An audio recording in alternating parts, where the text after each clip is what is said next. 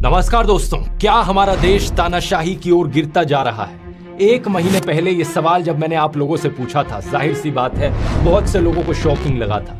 लेकिन किसी भी सच्चे देशभक्त के लिए जो सही मायनों में देश की परवाह करता है, उसके लिए सवाल बहुत जरूरी है। ध्रुव राठी अक्सर चर्चा में रहते हैं क्योंकि उनके वीडियोस को करोड़ों व्यूज मिलते हैं। पिछले कुछ दिनों से वह अपने वीडियोस की बजाय एक अफवाह को लेकर चर्चा में है। इस अफवाह में कहा गया था कि वह पाकिस्तानी नागरिक हैं और उनका असली नाम बदरुद्दीन राशिद लाहौरी है। ध्रुव का जन्म लाहौर में हुआ था। ध्रुव राठी की पत्नी के पिता पाकिस्तानी है। दोनों डॉन दाऊद इब्राहिम के बंगले में रहते हैं और उन्हें पाकिस्तान की ISI और आर्मी Y+Z+ सिक्योरिटी दे रहा है। ध्रुव राठी ने इसका रिप्लाई देते हुए एक ट्वीट को शेयर करते हुए लिखा कि ये लोग मेरे वीडियो का जवाब नहीं दे पा रहे हैं तो ऐसी अफवाहें फैलाते हैं, ये फेक न्यूज है, इस पर ध्यान न दे। ध्रुव राठी को सोशल मीडिया पर उन्हें जर्मन शेफर्ड बोला जाता है क्योंकि वो जर्मनी में रहते हैं और जर्मन लड़की से शादी की है और वो एंटी हिंदू है, मुस्लिम के स्पॉट में वीडियो बनाते हैं। इस पर ध्रुव राठी ने रिप्लाई दिया है, सुभाष चंद्र बोस ने भी तो जर्मन लड़की से शादी की थी, तो क्या आप उन्हें भी जर्मन शेफर्ड बोलोगे? मैंने कहा था दोस्तों, इलेक्टोरल बॉन्ड स्कैम देश के इतिहास का सबसे बड़ा स्कैम है, लेकिन अब मुझे डाउट हो रहा है अपनी बात पर इस वीडियो को देखकर। देश का कर्जा पहले बहुत था कांग्रेस के राज में, अब कम हो गया। कांग्रेस के राज में कितना था कर्जा? 1000 बिलियन डॉलर। 1000 billion dollar. अब कर्जा है 500 हजार करोड़ बिलियन डॉलर कर्जा मोदी सरकार में अब उतरा है। नहीं समझे आप देश पर कितना कर्जा है? 5000 करोड़ अरब 5000 करोड़ अरब हाँ। बिलियन डॉलर हाँ। अब देश पर कर्जा है। हाँ। इसे देखकर लगता है कि सबसे बड़ा स्कैम एक्चुअली में लोगों के दिमाग के साथ किया गया। असलियत में 2014 में देश पर जो कर्जा था वो करीब 50 लाख करोड़ तक का था और अब 2024 में ये बढ़कर 205 लाख करोड़ हो गया। कहाँ देखे थे? ध्रुव राठी बोलते हैं कि अंधभक्त मुझे कहते हैं कि तू ऑपोजिशन पार्टी से पैसे लेता है बीजेपी के खिलाफ वीडियो बनाने के। अरे भाई, मुझे पैसे ही चाहिए तो मैं बीजेपी के स्पॉट में वीडियो बनाऊंगा क्योंकि बीजेपी के पास सबसे ज्यादा पैसा है। ध्रुव राठी का कहना है कि मैं सिर्फ सत्ता में जो पार्टी है उसी से सवाल पूछूंगा। मैंने कांग्रेस के खिलाफ भी वीडियो बनाई है और बीजेपी के अच्छे कामों की तारीफ भी की है। सवाल पूछना हमारा हक है।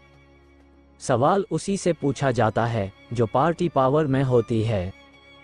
कोई सरकार या नरेंद्र मोदी जी के खिलाफ भी हो सकता है, इसमें तो कोई गलत बात नहीं है। भारत एक लोकतंत्र देश है। आप मोदी जी को पसंद कर सकते हैं, जरूरी नहीं कि मैं भी उन्हें पसंद करूं।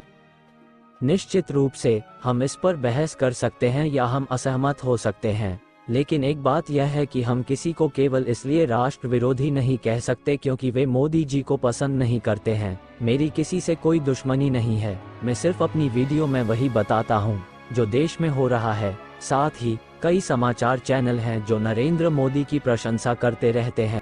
आपने ऐड देखी है दोस्तों? मैंने कहा था ना, कैसी भी सिचुएशन हो मोदी जी हमें घर ले आएंगे। मोदी जी ने वॉर रुकवा दी पापा।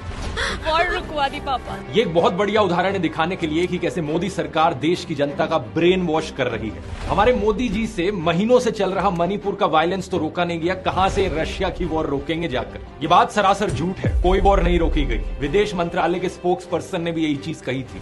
जो स्टूडेंट्स यूक्रेन में फंसे थे उनकी कितनी मदद की गई उनसे खुद ही सुन लो। हाँ, जब हम लोगों ने बॉर्डर क्रॉस कर लिया उसके बाद हमारी हेल्प हुई, लेकिन उसके पहले कोई हेल्प नहीं थी। यहाँ पर कोई रिस्पॉन्स नहीं है, गवर्नमेंट बिल्कुल ध्यान नहीं दे रही है, कोई अपना काम नहीं कर रही है। इसमें गलती हमारी गवर्नमेंट की है। लेकिन आपको ब्रेन वॉश करने के लिए इनके बिकाऊ एंकरों ने बार बार क्या झूठ चलाया? भारत के कहने पर इस युद्ध को बीच में रोक दिया गया था। इनके IT सेल, सोशल मीडिया, गोदी इन्फ्लुएंसर सब ने इस झूठ को बार बार दोहराया। रविशंकर प्रसाद ने कहा 3 घंटे के लिए वॉर रुकी थी, राजनाथ सिंह ने कहा 4 से 5 घंटे के लिए, और अमित शाह के अनुसार तो ये वॉर 3 दिन के लिए रुक गई थी। आप क्रोनोलॉजी समझ लीजिए। अगर कोई एक्चुअल स्टूडेंट मीडिया वालों के सामने आकर सच बोलने की कोशिश भी करता तो मीडिया वाले कैमरा नीचे कर देते। ठीक। हमें ध्रुव राठी और रवीश कुमार जैसे और लोगों की जरूरत है जो खुलकर आएं और सरकार की आलोचना करें। आलोचना के फायदों को समझना चाहिए, इससे निर्णयों पर नियंत्रण रखने में मदद मिलती है।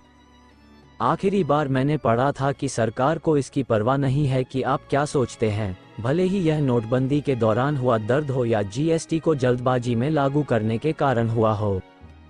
अगर कोई सरकार की आलोचना कर रहा है तो आप असहमत हो सकते हैं, लेकिन सिर्फ इसलिए कि आपकी मोदी जी के बारे में निजी राय है, इससे मैं राष्ट्र विरोधी नहीं हो जाता हूं। ध्रुव राठी से जब पूछा गया कि अगर ये देश तानाशाह है तो अभी तक आप मोदी जी के खिलाफ एक भी वीडियो नहीं बना पाते और अभी तक पूरी आज़ादी के साथ कुछ भी बोल रहे हैं, ये तो लोकतंत्र हुआ ना। इस पर ध्रुव राठी ने बोला कि अभी हाल ही में 2 यूट्यूब चैनल ब्लॉक करा दिए गए हैं, मेरा भी कभी बंद हो सकता है, पर अभी तक ऐसा कुछ नहीं हुआ है। मैं इस देश को तानाशाह बनने से बचाना चाहता हूँ। देखो, सच बताऊं तो मुझे मज़ा नहीं आता ये करने में।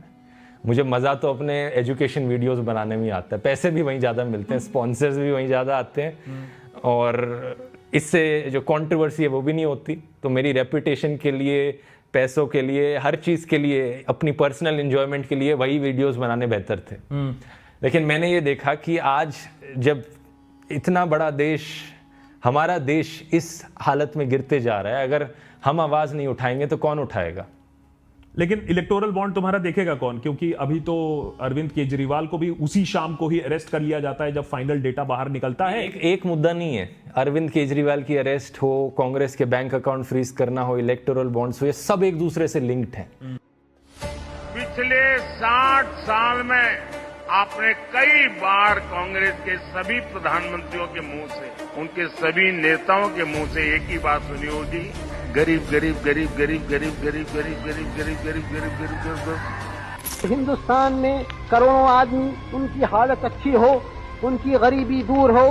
गरीबी हटानी है, भारत में से गरीबी हटानी है, गरीबी और पिछड़ेपन को मिटा देना चाहते हैं। Poverty remains a major political and economic challenge. एक झटके से हिंदुस्तान से हम गरीबी को मिटा देंगे। यही माला जपते रहते थे।